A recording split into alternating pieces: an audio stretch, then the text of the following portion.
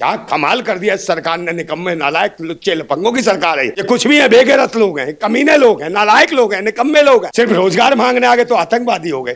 जो न्याय मांग रहे हैं, जो रोजगार मांग रहे हैं, वो आतंकवादी है। जो अपने लिए अधिकार मांग रहा हो आतंकवादी, देशद्रोही। और तुम ही अकेले आए हो देशभक्त, राष्ट्रभक्त, पाखंडी और ढोंगी नौटंकी बाजो। देश संभल नहीं रहा, विश्व गुरु बन रहे हैं। चाणक्य अमित शाह, विश्व गुरु मोदी, उसके बाद सुरक्षा में चूक इनके दिया मुंह पे थूक इन युवाओं ने। कहीं डर गए थे? वो तो कह रहे हमने ठोका है इनको खूब। वो तो भले चौड़ा करके कह रहे थे हमने कूटा है और हमारे कर दिए ये कर। अबे भूतने के हो, सांसद फांसद जो भी हो, समझे लुटेरे हो तुम। इनको मार रहे हो कूट के बच्चों को जो अपने अधिकार मांगने आ गए। और जो चाइना अंदर घुसा है कई किलोमीटर, वहां जाओ ना भूतनी वालों, वहां खड़े हो जाओ भूतनी वालों। देश के युवाओं को तुम आतंकवादी और देशद्रोही बनाने में लगे हो। इनके शासन में यही है, जो हक की बात करेगा वो आतंकवादी है, देशद्रोही है। यही वजह है कि सिंगोल लाए संसद भवन में। ये चाहते हैं कि लोकशाही खत्म हो, राजशाही लागू हो। ईवीएम से तो आते हैं तो उसमें दबाने के लिए कुछ भी कर सकते हैं। ये ईवीएम को रखना चाहते हैं कि वो गुलाम बड़े बुज़दिल हैं जो कहते हैं क्रांति बड़ी मुश्किल है और क्रांति हर मुश्किल को आसान बना देती है। तानाशाह कितना भी मजबूत हो, उसे खाक में मिला देती है। नमस्कार, मैं ब्यूटी गिरी और आप देख रहे हैं नेशनल दस्तक। देश की सियासत गर्म है और सवाल उठ रहा है प्रधानमंत्री नरेंद्र मोदी और गृह मंत्री अमित शाह पर। उनसे इस्तीफे की मांग चल रही है क्योंकि जिस तरीके से सदन की सुरक्षा में चूक हुई है वो बड़ा मुद्दा बना हुआ है। और इसी मुद्दे पर बातचीत करने के लिए मौजूद हैं नरेंद्र नंदा भाई। क्या कहेंगे जो कुछ भी हुआ है पिछले दिनों, उस पर क्या कुछ प्रतिक्रिया है आपकी? देखिए, नंबर 1 बात तो ये, जो प्रधानमंत्री ये कहता था कि मैं चौकीदार हूँ देश का, और सारे अंधभक्त सब कहने लगे मैं भी चौकीदार, मैं भी चौकीदार, मैं भी चौकीदार। और वे चौकीदार, इतने सारे चौकीदारों के बावजूद चौकीदारी नहीं कर पाए संसद भवन की। और अंदर जो है क्रांतिकारी युवा लड़के कूद गए।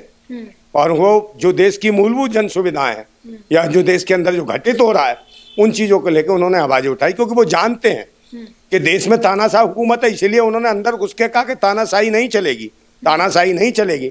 मणिपुर की बहन बेटियों, कौन सा तरीका है कहने का? अरे भाई यही है, जब कहीं न्याय नहीं मिलेगा।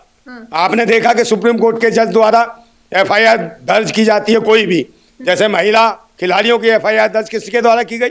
सुप्रीम कोर्ट के द्वारा। उसके बावजूद उनको न्याय नहीं मिला और जंतर मंतर पे बैठे उन्हें उनका धरना और आंदोलन चलने नहीं दिया। रातों रात उनको पीटा गया और पूरी तरीके से पुलिस ने जो दबाव की स्थिति बनाई, उनकी स्थितियां ये करी कि समझौता करने पर मजबूर किया गया।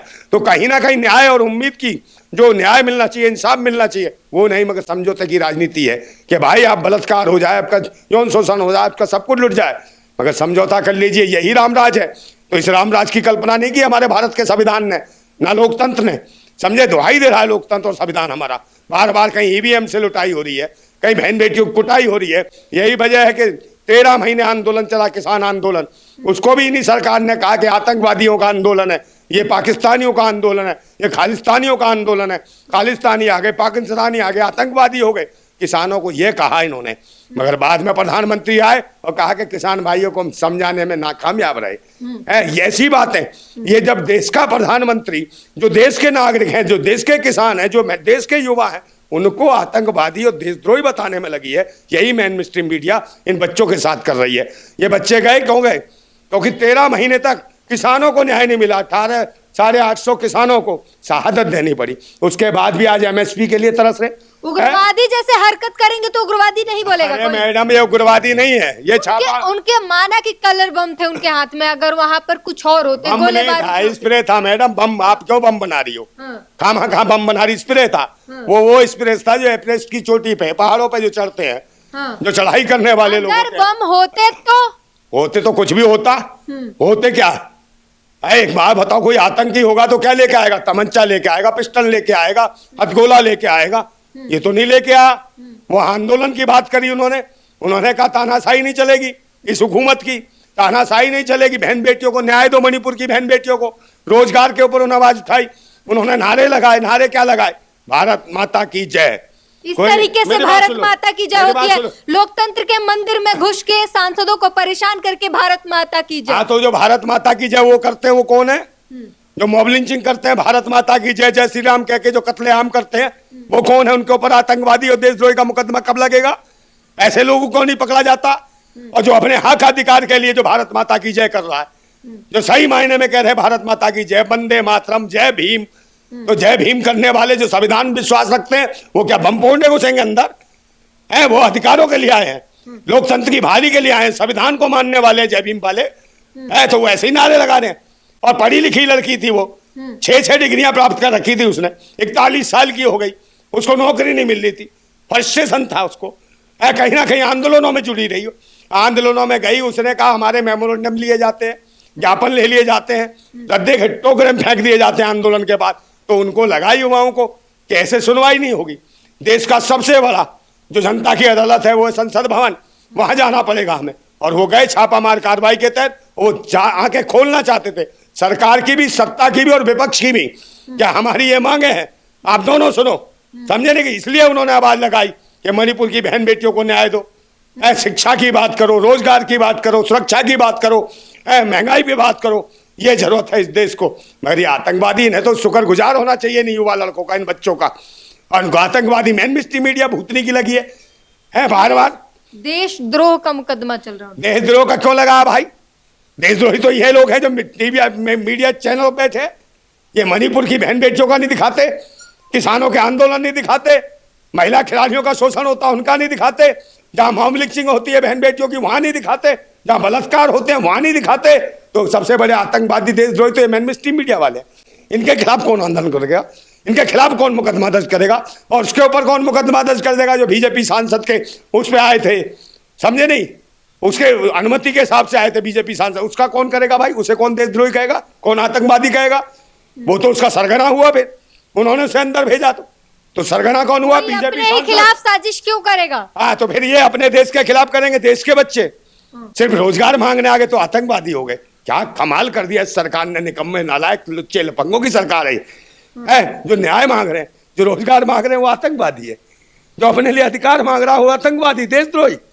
और तुम ही अकेले आयो देशभक्त, राष्ट्रभक्त, पाखंडी और ढोंगी नौटंकी बाजो, समझे, हाथ हिलाने चले जाते हो। कहा उसमें कौन से कोई विमान में, आसमान में? अबे आसमान में कौन सी रैली करने जाता तू, ये बता मुझे।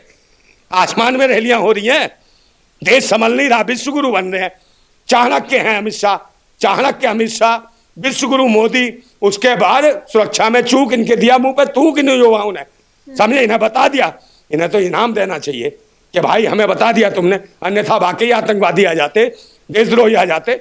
तो इसको मुझे लगता है संसद स्वाहा हो गई होती, नई संसद, और जितने सांसद थे सब खत्म हो गए होते, जाके श्री राम प्रभु के चरणों में स्वर्ग में लीन हो गए होते, समझे, समझे कि नहीं? बच गए तुम। ये तो देश के देशभक्त थे, क्रांतिकारी थे, कहीं ना कहीं प्रेरित थे भगत सिंह से। और यही वजह थी कि भगत सिंह ने भी अपनी देश की आज़ादी के लिए, अभिव्यक्ति की आज़ादी के लिए, संपूर्ण आज़ादी के लिए असेंबली में जाके बम फेंका, अंग्रेजी हुकूमत को हिला दिया। उन्होंने भी कहा था कि अंग्रेजी हुकूमत के आंख और कान खोलने की जरूरत है, वही काम किया, उन्हीं से प्रेरित दिखाई दिए। और पीले रंग का जो रंग उड़ाया वो कहाँ से उड़ाया? कहीं ना कहीं रंग दे बसंती चोला, वो याद आ जाता है, रंग दे बसंती, भगत सिंह की पगड़ी थी भी। तफरी मच गई थी, सांसद डर गए थे, उनके जो हालात थे उस वक्त। कहीं डर गए थे? वो तो कह रहे हमने ठोका है इनको खूब, वो तो भले चोला करके कह रहे थे हमने कूटा है और हमारे कर दिए ये कर। अबे भूतने के हो सांसद फांसद जो भी हो, पूरे जिले से आ जाते हो, पूरे देश के जिलों से, समझे, लुटेरे हो तुम। इनको मार रहे हो कूद के बच्चों को जो अपने अधिकार मांगने आ गए। और जो चाइना अंदर घुसा है कई किलोमीटर, वहां जाओ ना भूतनी वालों, वहां खड़े हो जाओ। मैं चाइना से तो सामान सारा मंगा रहे हो, ये चाइना के सामान का विरोध करते थे, कभी मूर्ति चाइना से, कभी पुल चाइना से, कभी जूते चाइना से, कभी मोबाइल चाइना से। अबे सब कुछ चाइना से आ रहा है, भूतनी वालों। देश के युवाओं को तुम आतंकवादी और देशद्रोही बनाने में लगे हो। मेन स्ट्रीम मीडिया लगी है जो अपने हक और अधिकार के लिए बच्चे आ गए। रोजगार तुम दे नहीं सकते, शिक्षा पे काम कर नहीं सकते, सुरक्षा पे काम कर नहीं सकते, महंगाई पे तुम कोई लगाम नहीं लगा सकते, स्वास्थ्य सेवाएं लंचर कर दी।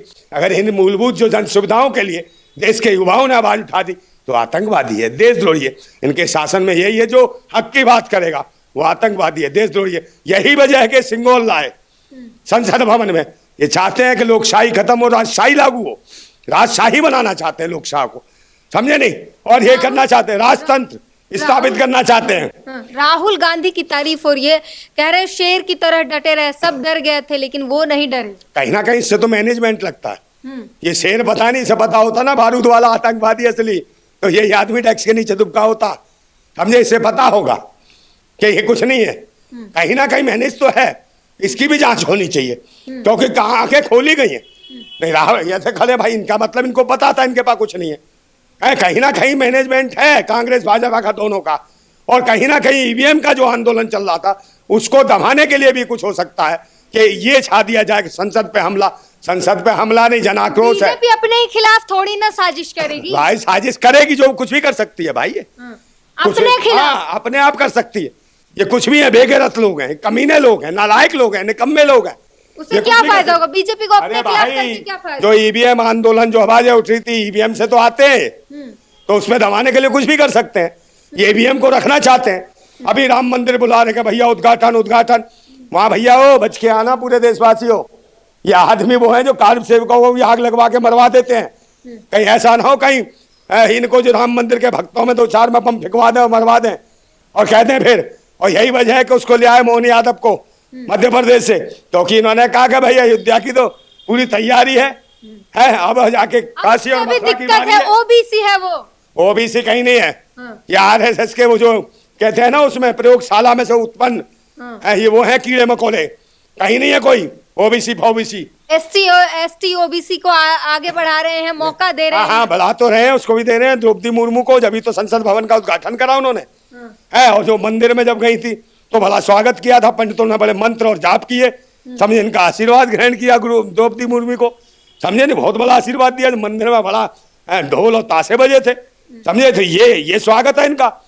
ये सोचते दास प्रथा, समझे नहीं, और दासिता, इसको ये लागू करना चाहते हैं। यही रामराज है, समझे नहीं। और ये स्थापना रामराज की बहन बेटियों को निर्वस्त्र घुमाने वाले लोग हैं, ये बर्बाद करने वाले हैं इस राष्ट्र को। और आज फिर क्रांति का बिगुल बच चुका है। लोग जान गए कि न्याय नहीं मिल रहा। हमें कहीं पर भी हम आंदोलन करें वहां हमें अनुमति नहीं मिलती आंदोलन करने की। सब जगह लगाम लगा दिए। जंतर मंतर पर कितने आंदोलन चल पाते हैं, उन्हें अनुमति नहीं देते, और दे भी दे तो रातों रात उसका उठा देते हैं मारपीट के। ये स्थिति है। तो उन्हें जब अपनी आज़ादी, जो अभिव्यक्ति की आज़ादी भी खत्म करी जा रही है, तो कहीं ना कहीं ये आक्रोश बढ़ेगा। और ये संसद सदन में ही क्यों, देश की दुनिया भर की जो विधानसभा जो असेंबली है उनमें भी कहीं ना कहीं आक्रोश बढ़ सकता है। अगर इस तरीके से जो हरकत कर रहे हो, आज देश के युवा अगर रोजगार मांगते हैं, शिक्षा पे बात कर रहे हैं, आप उन्हें आतंकवादी देशद्रोही बता रहे हो। इन्हें इनाम देना चाहिए इन युवाओं को। इन्हें बताना चाहिए कि इन्होंने सुरक्षा की जो ढील और पोल वो खोल के रख दिया। इन्हें इनाम देना चाहिए कि इसको चूक को बता दिया आपकी, और ताकि इससे आगे पुख्ता और मजबूत स्थापित कर सके इसमें सुरक्षा को। इसलिए इनको बच्चों के खिलाफ ये जो कार्रवाई कर रहे हैं ये भी एक राजनीति का हिस्सा है। और इस राजनीतिक हर चीज में राजनीति नहीं होनी चाहिए। अगर देश का युवा रोजगार मांग रहा है, शिक्षा मांग रहा है, स्वास्थ्य मांग रहा है, सुरक्षा मांग रहा है, महंगाई पर कंट्रोल चाहता है, तो इसमें आप आतंकवादी बना दोगे, देशद्रोही बता दोगे। ऐसे लोगों को देशद्रोही, मैं कह रहा हूँ क्रांति उठ चुकी है और क्रांति होगी जब देश की जनता के अधिकारों को दबाती है दमनकारी शक्ति, तो कहीं ना कहीं वो उफान भरता और क्रांति का रूप धारण करती है। तभी तो मैं कहता हूं कि वो गुलाम बड़े बुज़दिल हैं जो कहते हैं क्रांति बड़ी मुश्किल है, और क्रांति हर मुश्किल को आसान बना देती है। तानाशाह कितना भी मजबूत हो उसे खाक में मिला देती है। और मैंने सुने थे बेरहमी के मंजर बहुत, आज ये मंजर देख भी लिया, और जिसको दिया था देश की हिफाजत का ठेका उसी के हाथ में खूनी खंजर देख भी लिया। और ये वो लोग हैं जो देश के युवाओं पे इन्हें आतंकवादी घोषित करना चाहते हैं, देशद्रोही। मतलब देश के लोग ही आतंकवादी देशद्रोही बना रही है सरकार। तो ये निकम्मी और नालायक सरकार है, तुच्छी और लुच्ची और लफंगी सरकार है। इससे देश को आज़ाद कराना पड़ेगा और इस सरकार को मुंहतोड़ जवाब देना पड़ेगा। कहीं ना कहीं फिर आंदोलन की शुरुआत होगी पूरे भारत में। जिंदाबाद था भारत, जिंदाबाद है भारत, जिंदाबाद भारत, जिंदाबाद भारत। तो कहीं ना कहीं ये बड़ा सवाल है जिसे अवैध किला बताया गया था उद्घाटन के समय। उसी अवैध किला में आम नागरिक घुस गए और वो भी गलत तरीके से घुस गए, और इनकी जो सिक्योरिटी एजेंसी थी वो नाकाम रही पूरी तरीके से, और इसलिए सवाल उठ रहा है। और जब सवाल सदन में भी उठाया गया प्रधानमंत्री गृह मंत्री के खिलाफ, तो उन्हें सस्पेंड कर दिया गया। 15 सांसदों को भी सस्पेंड कर दिया गया है। पूरी बातचीत पर अपनी प्रतिक्रिया जरूर दीजिए। कैमरामैन तौहीद के साथ ब्यूटी गिरी, धन्यवाद। नेशनल दस्तक की आपसे गुजारिश है कि अगर इसको बचाना चाहते हैं तो नेशनल दस्तक को सब्सक्राइब करने के लिए रेड कलर के सब्सक्राइब बटन को दबाएं, फिर बेल आइकन की घंटी दबाएं। नेशनल दस्तक को बचाने के लिए बहुत जरूरी है कि हर खबर को शेयर करें, लाइक करें, कमेंट जरूर करें।